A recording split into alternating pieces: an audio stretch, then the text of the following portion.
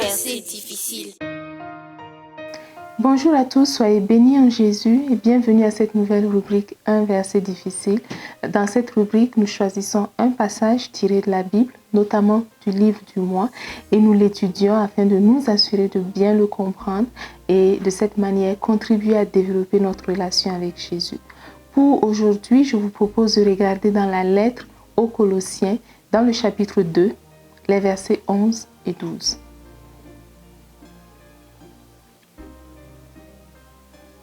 En lui aussi, vous avez été circoncis d'une circoncision qui n'est pas faite par la main des hommes, c'est-à-dire le dépouillement du corps de la chair, la circoncision du Christ.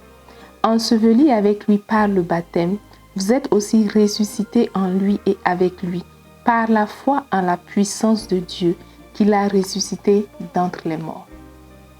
Ce passage nous parle de deux éléments que je vais aborder en détail, de la circoncision et du baptême.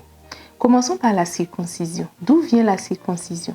La circoncision avait été donnée par Dieu à Abraham dans l'Ancien Testament. C'était un moyen par lequel Abraham et ses descendants pouvaient montrer aux hommes, aux humains autour d'eux qu'ils appartenaient à Dieu. Donc c'était une marque physique, c'était une marque charnelle. Et retenez ce mot charnel parce qu'il est très important. Par la suite, la circoncision a été intégrée au rite de la Pâque. Donc dans le peuple d'Israël, ils ont continué à pratiquer la circoncision comme signe extérieur de leur appartenance à Dieu. Donc c'était un trait important de leur pratique des Juifs au temps de Jésus. Mais ce n'est pas pour autant que Jésus a encouragé ces pratiques. Et ce n'est pas aussi pour autant qu'en tant qu'enfants de Dieu, nous devons voir que nous devons nous aussi pratiquer ces choses qui existaient dans le passé. Et la raison est toute simple. La circoncision est une œuvre qui est tout à fait charnelle. Elle n'est pas spirituelle. Ce que nous faisons à notre corps sur la terre, nous ne l'amènerons pas au ciel. De toute façon, le corps que nous avons sera appelé à mourir un jour et il restera sur la terre.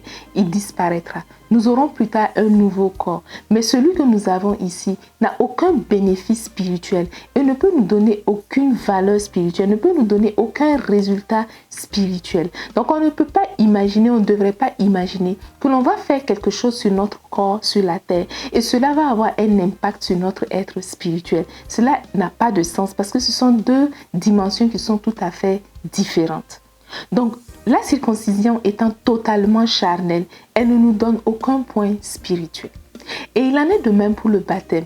Et le baptême aussi, se baptiser dans l'eau est une œuvre qui est tout à fait physique. L'eau est un élément matériel.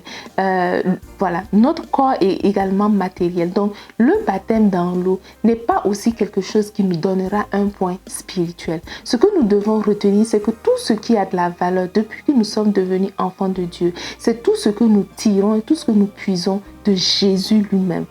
Et c'est ce que Paul insistait pour que les Colossiens comprennent. Donc ce ne sont pas de nos œuvres matérielles qui sont attachées à la terre et qui sont liées au corps que nous tirons des valeurs spirituelles. Non, nous tirons des valeurs spirituelles de la foi que nous avons en Jésus et de l'œuvre spirituelle que Dieu a accomplie. Le salut qu'il nous a accordé par la foi en Jésus-Christ est une œuvre spirituelle. Ce n'est pas une œuvre physique. C'est la raison pour laquelle nous devons nous garder de mélanger le physique avec le spirituel, de voir que les œuvres que nous faisons dans le physique vont avoir un impact sur le spirituel parce que cela n'est pas réel. Donc Paul était en train de leur dire que la circoncision qui vaut la peine d'être vécue, c'est la circoncision que nous allons expérimenter en Jésus. Quand Jésus va enlever de notre corps la nature charnelle, quand il va enlever de notre personne les envies charnelles comme la jalousie, la rivalité, quand nous allons cesser de pratiquer ces choses pour nous concentrer sur les œuvres de l'esprit.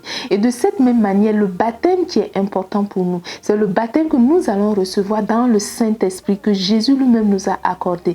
Non pas le baptême que nous allons faire quand nous allons nous-mêmes nous plonger dans une eau quelconque, dans quelque lieu sur la terre. Donc, le message que Paul a donné à l'époque aux Colossiens reste d'actualité pour nous aujourd'hui. Ce qui compte pour nous en tant qu'enfants de Dieu, c'est le spirituel. Ce qui compte pour nous en tant qu'enfants de Dieu, c'est de tirer tout ce qu'il y a de bon, tout ce qu'il y a de bien de Jésus et de Jésus lui-même. Il ne faut jamais tenter de tirer quelque chose de bon, de spirituel, d'une action que nous allons poser sur la terre ou d'une œuvre ou d'un objet qui se trouve sur la terre. Cela ne portera aucun fruit. Donc retenez ce message. Jésus est notre centre. Le Christ est notre centre. C'est de lui que nous tirons tout ce dont nous avons besoin. Et la circoncision qui vaut la peine d'être vécue, c'est celle que nous recevons de Jésus lui-même. Le baptême qui vaut la peine d'être vécu, c'est le baptême qui nous est donné par Jésus dans son Saint-Esprit. Toutes les autres choses qui concernent la terre, qui concernent la chair, n'ont aucune valeur. Retenez ce message, mettez-le en pratique dans votre vie et marchez dans la liberté que Jésus nous a conférée en nous débarrassant de la nécessité de marcher selon la chair, conformément aux principes que les hommes ont pratiqués depuis des années. Soyez bénis en Jésus et à très bientôt. Suivez-nous sur les réseaux sociaux, sur Facebook, Instagram à l'adresse Jeunesse Foundation.